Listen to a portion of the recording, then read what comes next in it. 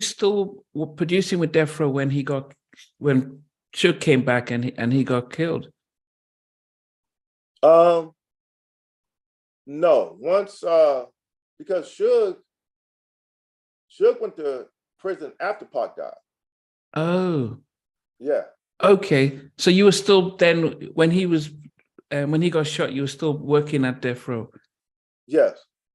Yeah. Oh, yeah. I mean, and that was and once he got killed, that was really the end for me. Like I was done at that point. You know. I mean, what was it like? As I said, from the inside, because I know you mentioned that you knew your boundaries and you knew your limits as to what to do, but what was the atmosphere like at Death Row once? I mean, someone as energetic and as Pac gets killed, how did it affect the company and for yourself being there? From what I remember, for myself, I know that when I went to the studio after that, it felt empty.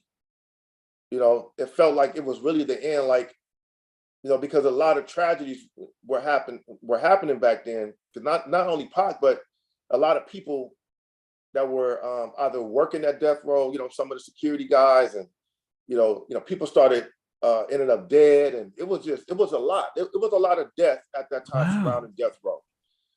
So that was really my cue to to exit. It's like, like this is not what music is, for me.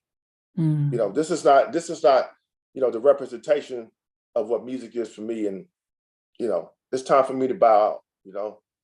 Did you feel like you might have a target because you were associated to a label that was seen as very hostile to the East Coast? Always, definitely. We all were targets. Anybody that was affiliated, we all were targets. And again, it goes back to what I said earlier. That's why, for me, it was a chess game. You had to always be on your P's and Q's. You had to always, we had security back then. Like it was a big deal. And because, at the end of the day, you never know what you were walking into. Especially going out of town or, going to these award shows and, where all, where Bad Boy was showing up and, these other labels or whatever. And it was real. The tension was real. Did you go to the Source Awards that day with a big drama? No. Okay, okay. No. We you talking about in New York? Yeah, the one in New York where okay. Yeah, no, I didn't go. Okay. I changed my mind at the last minute. I didn't go. The one thing that, because I lived in LA briefly, well, not briefly, I lived in Redondo Beach and then Culver City thereafter. So, but I was away from South Central and stuff. Did you have to worry because you came from the Bay Area about the tension between the Bloods and the Crips? And because I know Suge was associated with one and Pac Snoop was associated with the other. So how did you remain neutral where you're not involved in any of this stuff and no one should drag you into any of these kind of wars? Well, again, it was keeping your eyes open, understanding the energy in the room, understanding the energy in the building, understanding the energy around you. And, me, I was associated with the Bloods. Oh. So, again, it was tension. I mean, you can definitely, come out and be in a hallway or, run into a Crip or something. And it could definitely be a fight. Like it was a lot of that over there. But at the same time, I think everybody understood what the common goal was, and that was to make music and to be successful. So it was kind of easy to get along. But every once in a while, if somebody brought a friend up to the studio or, one of the homeboys from the hood, and, it can definitely go down. It can definitely be something. Wow. Yeah. So it was, man, like I said, it was different. It was very, very, yeah. So I've never experienced anything like that in my life, man. So what we're seeing on the news and hearing as fans outside, it was even worse than what we're seeing. We didn't know the half of how challenging it was for you guys. No, it was. It was, you know, the world seen the good and heard about the bad. Like, we've seen the bad. You know, you would hear about the bad, but we were, you know, that part of it was like being at war. You know? Yeah. Like it was definitely an experience. I've never experienced anything like that in my life. I'm glad that I did. You know, I'm glad that, you know, I made it through and you know, I'm a part of history, but I've never ever experienced anything like that at a record label. Oh, you know? Yeah. And the sad thing is that people like Doug Morris and Jimmy Iovine knew what was happening, but they knew that all that publicity was just helping them make more money. So they probably just turned a blind eye. Yes.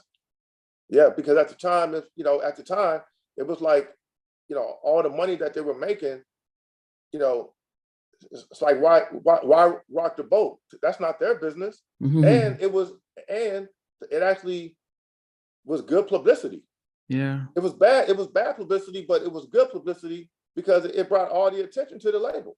Yeah, everybody feared Death Row. Even if you just were doing a gospel album, everyone was afraid. Yeah. Yeah. Imagine that. Death Row talking about Jesus. I mean, in person, back in 96, 95, was Suge like a scary giant? Because we see him with a big cigar, but was he physically intimidating? Because everyone just afraid of his name. Yeah, I mean, you know, if you knew him, you knew both sides of him, because there's a real nice side to Suge too that a lot of people don't know. Okay.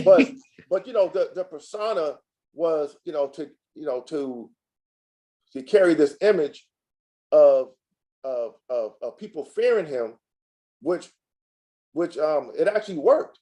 And I'm not saying that he was soft, because no, he had that side where, you know, he'll slap you, or, you know, or he'll hit you, or you know, have you beat up, and, you know, but the persona that people seen, it wasn't fake, it was real. And, you know, being in his presence, yes, he can be very intimidating, you know, because Suge was what, 330, 340? You know, he was a big guy. And then he had, on top of that, he had guys around him that was damn near his size.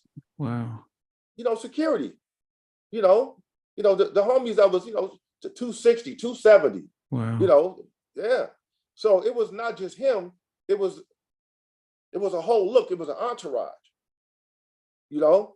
So when he walked into the room, it's him plus 6, 7, 8 guys. Wow. His size. So yeah. you're not the accent for your back end. It's a little hard to keep nagging him for your back end and publishing and stuff. Exactly, man. Forget that back end. You can keep it. Okay. Hey guys, thanks for watching. Thanks for being part of the Halftime Chat community. Please remember to like, share, and subscribe. But most importantly, why don't you consider being a member? That's a way of supporting the channel, but also getting a lot of videos ahead of time, a lot of behind the scenes stuff, and some exclusive content that doesn't get shared. But anyway, thanks for watching, and thanks for being part of Halftime Chat. Sweet.